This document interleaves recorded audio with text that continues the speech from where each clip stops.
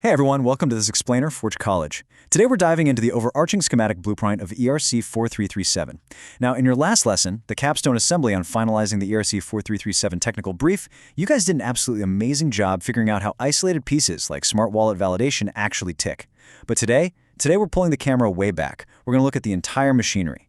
Think of it like unrolling the grand blueprint of a revolutionary new engine before we even pick up a wrench to start tightening the bolts.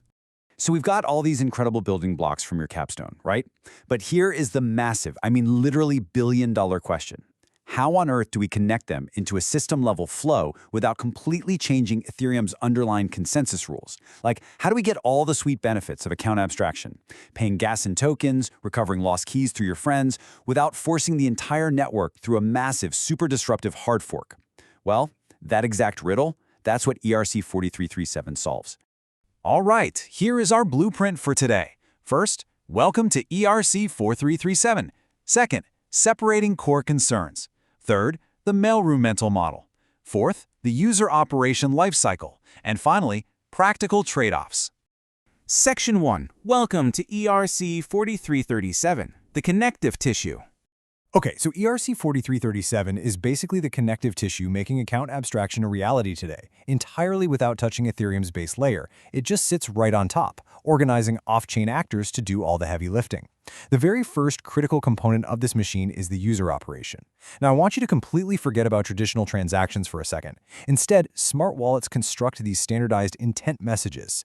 A user operation is essentially your wallet raising its hand and saying, hey, here's exactly what I want to do, and here's the cryptographic proof that I'm actually allowed to do it. It packs your action instructions, gas limits, and validation data all into one neat little envelope. Next up, we introduce the bundler. This is a totally new infrastructure role in the Web3 space.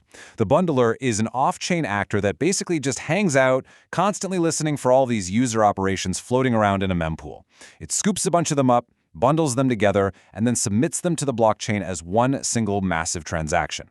It's kind of like blockchain carpooling to save on gas, ensuring your intent actually makes it into a block efficiently. And finally, we've got the paymaster.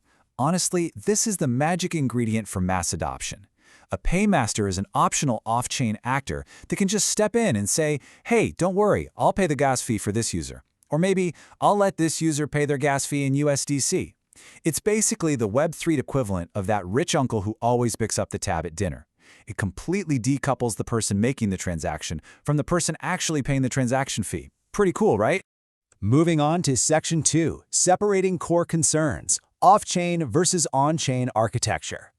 So how exactly does this protocol structurally separate its powers? Well, by splitting up validation, orchestration, and fee sponsorship, ERC-4377 lets us have this wild, crazy innovation off-chain without ever compromising that rock-solid security on-chain. And this split really illustrates the divide perfectly. On the left side of our blueprint, we've got the EntryPoint contract residing directly on-chain. The EntryPoint is the ultimate boss. It handles the strict on-chain security checks, signature verifications, and exact refund accounting. It's inflexible and totally secure. Then, on the right side, off-chain, we have the untrusted bundlers and paymasters. They're the ones doing all the messy, heavy lifting of batching, mempool listening, and fee orchestration. Section 3. The mailroom mental model. Analogies for the abstract. To really cement this whole abstract schematic in our heads, let's step away from the code for just a second. I want you to imagine a highly efficient, maybe slightly chaotic corporate mailroom. Think of your smart wallet as an employee sitting at a desk. That employee writes down an instruction and stuffs it into an envelope. That envelope is our user operation. Now, instead of the employee walking all the way down to the post office, they just toss the envelope into a mail cart. Enter the bundler. The bundler is the mailroom clerk who wheels that heavy cart full of everyone's envelopes over to the entry point, which acts as the postal gate. And our paymaster? That's the generous postage sponsor who prepaid for the stamp so the employee didn't have to scrounge around for loose change. This analogy is actually perfect for predicting failure modes. Let's say, the postage sponsor suddenly bails and absolutely refuses to pay. Well, the mailroom clerk still did their job and pushed the cart to the gate, but the postal gate, the entry point, will firmly reject the whole shipment. The gate is perfectly secure. It always protects the system from any malpractice. The clerk might be super annoyed they wasted a trip, for sure, but the corporate mail system itself remains perfectly intact. The entry point is essentially your ultimate unbreakable security guard. All right, Section 4, user operation lifecycle, the blueprint in motion. Now let's trace the exact step-by-step life cycle of a single user operation flowing entirely through this machine. Step 1, the wallet constructs and signs the user operation. Step 2, it gets published off-chain to a mempool. Step 3, our trusty bundler collects it alongside dozens of others and forms a batch. Step 4, any optional paymaster logic runs to check if they're actually going to sponsor it. Step 5, the bundler fires that massive batch as one single transaction to the entry point. And finally, Step 6, the entry point executes the operation securely on-chain and routes the refund straight back to the bundler.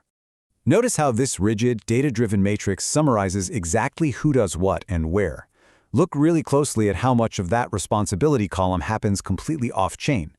This matrix right here, this is your ultimate cheat sheet. And as you continue your journey in other Forge College courses, you're going to be referencing this exact division of labor constantly when you're writing your own custom bundler and paymaster code. It all maps right back to this one fundamental blueprint. Section 5. Practical Trade-offs and Takeaways. Why this matters. As we zoom back out, we really have to ask the engineer's ultimate question. Why accept these trade-offs and move away from standard Ethereum transactions in the first place? Well, it all comes down to 3 massive takeaways. First, the separation of concerns allows us to maintain strict on-chain security while opening the floodgates for massive UX innovation off-chain. Second, event-driven batching gives us predictable gas abstraction and network efficiency. And third, sponsored fee models allow you, the developer, to build incredibly composable sponsor policies. You can completely hide the concept of gas from your end users, which, let's be real, is the single biggest hurdle to mainstream Web3 adoption today. As we wrap up this explainer, I really want you to ponder this. How will your smart wallet surface these incredible fee options to your users? And, honestly, more importantly, how will you structure your paymaster deposit policies so you don't accidentally go bankrupt sponsoring them? Because these are the exciting challenges you've got ahead of you in this module. To dive deeper into bundler fundamentals and keep building on what you've learned here, head over to forge.college. Happy building, and we'll see you in the next explainer.